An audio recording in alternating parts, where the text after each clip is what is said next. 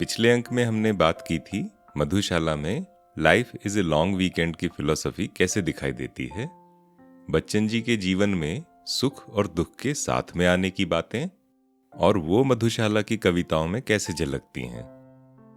आज सुनाते हैं कहानी कि मधुशाला को किताब के रूप में आने के लिए कितने पापड़ बेलने पड़े थे। जैसा कि हमने एपिसोड 3 में बताया था, कैसे बच्चन बाबू ने पायोनियर प्रेस में गश्ती एजेंट का काम करते हुए मधुशाला की एक एक चतुष्पदी लिखी थी। अब इस नौकरी के बाद उन्होंने अभ्युदय नाम की एक प्रेस में काम करना शुरू किया। तब तक बच्चन साहब मधुशाला को कई कवि गोष्ठियों में सुना चुके थे और इसकी कुछ चुनिंदा रुबाइयां यानी चतुष्पदियां कुछ पत्रिकाओं में भी प्रकाशित हुई थी। अभ्युदय प्रेस के मालिक थे एक मालवीय साहब, मदन मोहन मालवीय नहीं, ये अलग मालवीय थे। उन्होंने बच्चन बाबू को प्रस्ताव दिया कि उनकी प्रेस में मधुशाला को मुफ्त में प्रकाशित करवा देंगे, किंतु रॉयल्टी देंगे कुछ 1000 प्रतियां बिकने के बाद ही। क्योंकि बच्चन साहब मालवीय जी की नौकरी कर रहे थे तो अपनी शर्तें तो क्या ही रखते, फटाफट तैयार हो गए।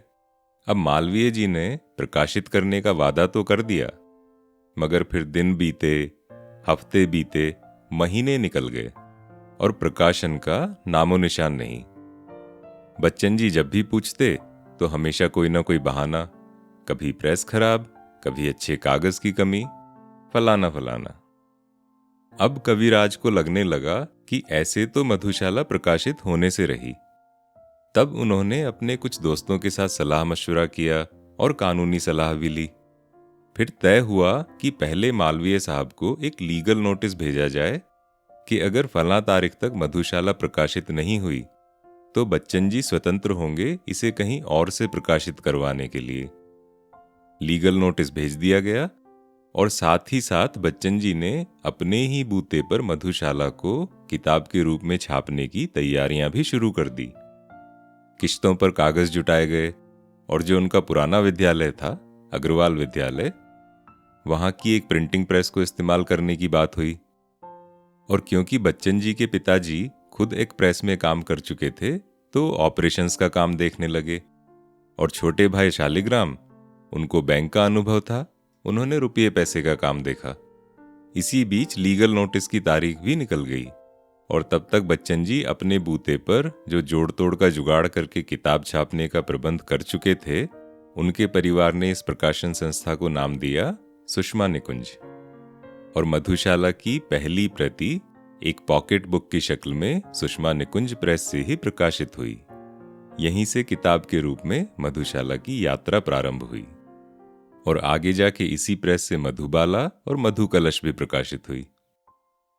एक दिलचस्प किस्सा ये है कि बच्चन साहब जब पहली छपी कुछ प्रतियां लेकर जा रहे थे, मधुशाला की पहली प्रतियां, तो रास्ते में एक परिचित मिले। बच्चन साहब ने उन्हें एक प्रति भेंट करनी चाहिए तो उन्होंने कहा कि मुफ्त में तो नहीं लेंगे, कहते हैं कि मुफ्त की शुरुआत अच्छी नहीं होती।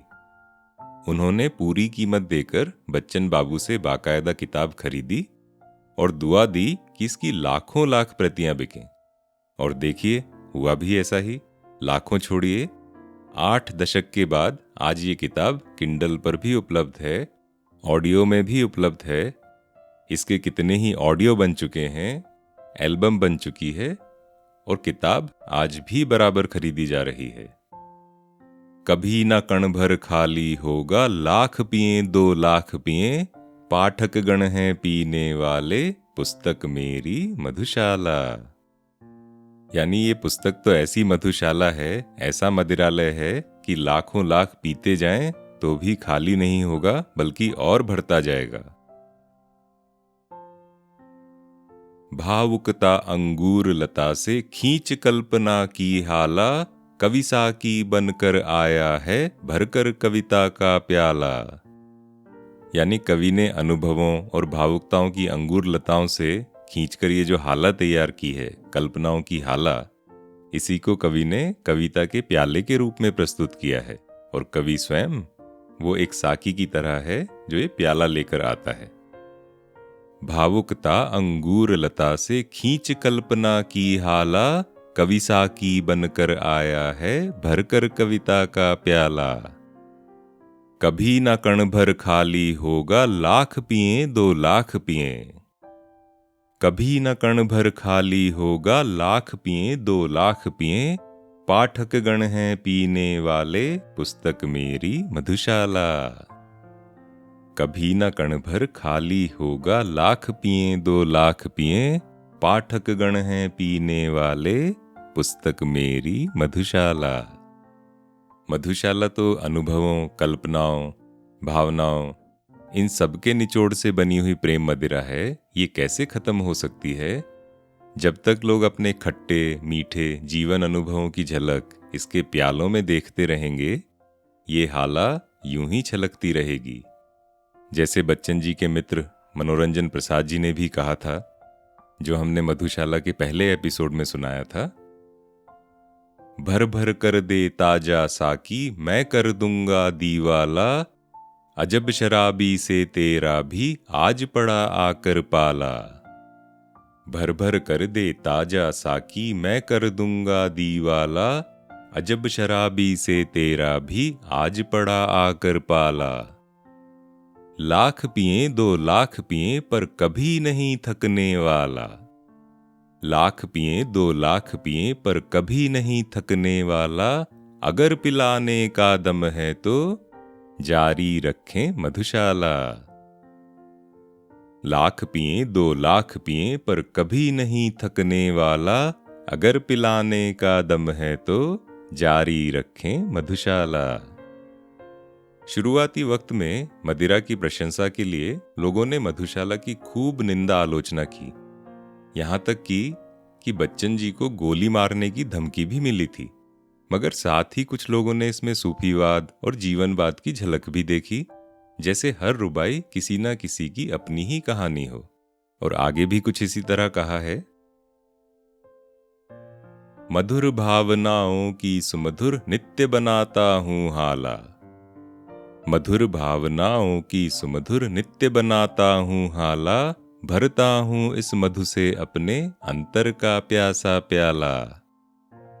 भरता हूँ इस मधु से अपने अंतर का प्यासा प्याला।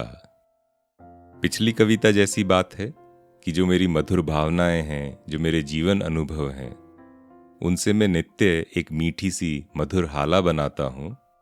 और हाला की इसी मधुरता से, इसी मिठास से मैं अपने अंतर का प्यासा प्याला भरता हूँ। अब जैसे बच्चन जी अक्सर कहते हैं, कलाकार या कवि एक कला की रचना सबसे पहले अपने सुख के लिए करते हैं। जैसे तुलसीदास भी कह गए, स्वांतः सुखाय तुलसी रघुनाथ गाथा। इसीलिए कवि ने कहा कि इस मधु से मैं अपने अंतर का प्यासा प्याला भरता हूं। अर्थात मैंने ये कविता अपने सुख के लिए लिखी है। भरता हूं इस मधु से अपने अंतर का प्यासा प्याला। उठा कल्पना के हाथों से स्वयं उसे पी जाता हूं। अपने ही मैं हूं मैं साकी, पीने वाला मधुशाला। उठा कल्पना के हाथों से स्वयं उसे पी जाता हूं। अपने ही मैं हूं मैं साकी, पीने वाला मधुशाला। अब यहां 2-3 बातें कह दी कविराज ने। एक तो ये कि लोग भले ही कुछ भी कहते रहें, हम अपने मन की भावनाएं मधुर ही रखें और वो ही हमारे शब्दों में, हमारी कविताओं में, हमारे जीवन में झलकें। जैसे कहते हैं कि पॉजिटिव एटीट्यूड। और दूसरा पहलू ये भी है कि जब आप अपने में ही खुश हों तो बाकी चीजों से क्या लेना देना। Like being happy in lockdown isolation, wants versus needs की लड़ाई। लॉकडाउन के दौरान देख लिया कि कितने थोड़े में गुजारा चल सकता है। इस कविता में कल्पना की बात भी आई है, तो बताते चलें कि कविताएं जो होती हैं वो यथार्थ और कल्पना के बीच एक सेतु का काम करती हैं। सेतु यानी पुल, ब्रिज। और सेतु के रूप में ये प्राकृतिक या ऑर्गेनिक रिश्ता स्वयं कवि बनाता है। मधुशाला के शुरुआती दिनों की बात है। बच्चन साहब ने एक बार कहा था, मैं ही वक्ता हूं, मैं ही श्रोता हूं, या ये कहें कि ये अकेलेपन की अभिव्यक्ति है। और ये बात हुई जब एक बार कविता पाठ करके कविराज अपने कमरे में आए और बड़ा उदास हो गए। शायद कविता से कुछ भावनाएं जागी हों जो बेचैन कर गई। कवि के शब्दों में, कविता पाठ के समय लगा कोई और सुना रहा है और मैं सुन रहा हूं, किंतु अकेले में मैं ही श्रोता हूं, मैं ही वक्ता हूं। अपने ही मैं हूं मैं साकी, पीने वाला मधुशाला। मनोविज्ञान यानी साइकोलॉजी वो भी कुछ ऐसा ही कहते हैं कि जब आप किसी त्रासदी या ट्रेजेडी से बाहर निकले हों, आपके आसपास एक सपोर्ट सिस्टम जैसा होता है। परिवार, पड़ोसी, मित्र, सहकर्मी, आपके कलीग्स, या आप काम में मन लगा लेते हैं। लेकिन जैसे ही रात को आपका सर तकिए को छूता है, आप सोने जाते हैं, तब आप अकेले होते हैं और नींद में तो अकेले ही जाना होता है। उस समय सिर्फ आप हैं, कहने वाले भी और सुनने वाले भी। नींद भी आपकी, सपने भी आपके और अकेलापन भी आपका। अकेलेपन से निकलने के लिए इस पॉडकास्ट को साथ साथ सुनते हैं। आज यहीं विराम।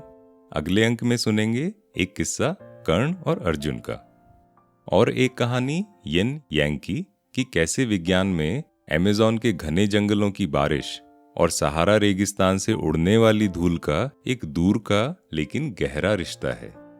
मैं हूं अरिसुदन और इस पॉडकास्ट में हम बात करते हैं डॉक्टर हरिवंश राय बच्चन की मधुशाला की, उससे जुड़े कुछ किस्से कहानियों की, जीवन अनुभवों की और कुछ भावार्थों की।